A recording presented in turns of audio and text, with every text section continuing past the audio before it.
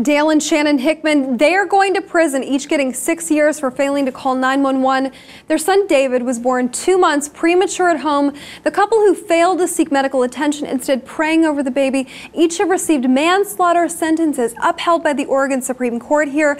They're not slapping them on the wrist. This is sending a very strong statement that if you don't seek medical help in cases like this, you are responsible. Manslaughter, though, Jose, that seems really, really stiff in something like this. Just giving people a background of this case, their son David was born in 2009 at home birth at 7 months.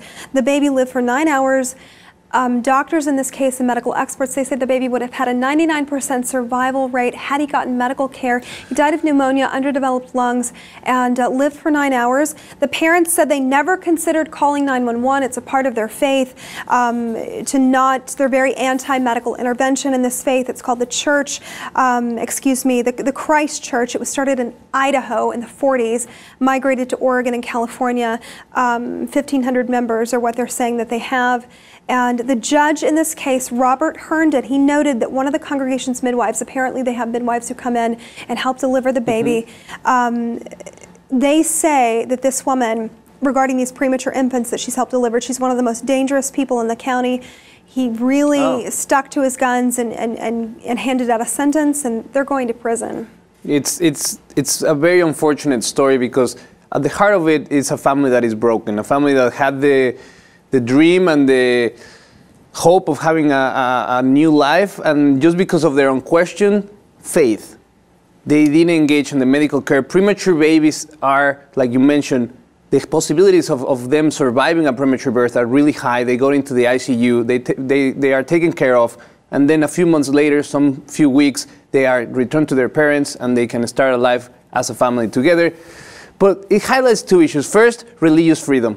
Many will come and argue, well, that's their belief, but what about the kid? Because we have the pro-life debate, and as long as these kids are inside the womb, every person from the right will go out and defend the right to live of those babies. Well, what happens when the baby is already born? And you see that because some religious fanatics do not see the reality of the situation, and this kid dying and just picking up the phone, dialing 911 and saving a life because they believe that there's a magical power upstairs that will just fix everything. And we know science has shared with us that that's not the way things work. So I think another point very important to this story is the fact of legal precedent. I think the judge is making a point saying that this lady, the midwife, is a very dangerous person for the county.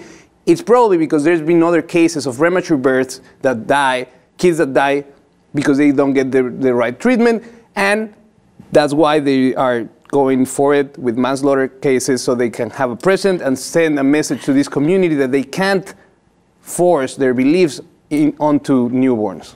Look, though, at the same time, I mean, women have been giving birth at home for thousands of years, and, you know, babies do die.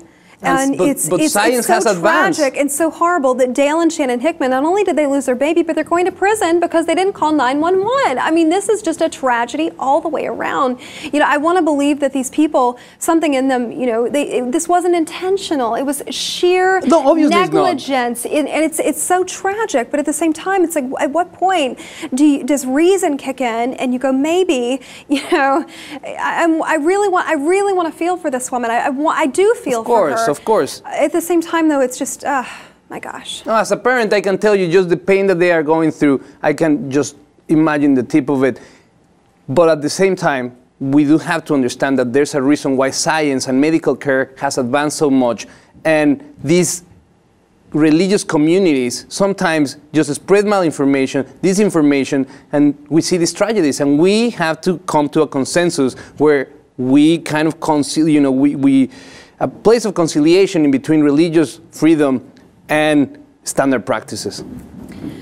Let us know what you think at home. Did this couple deserve to receive manslaughter for failing to call 911 regarding the birth of their baby at home? Let us know what you think about their conviction being upheld by the Supreme Court. Log on, post those comments while you're at it. Be sure to check out the rest of our channel. And of course, subscribe to the Lip TV for more.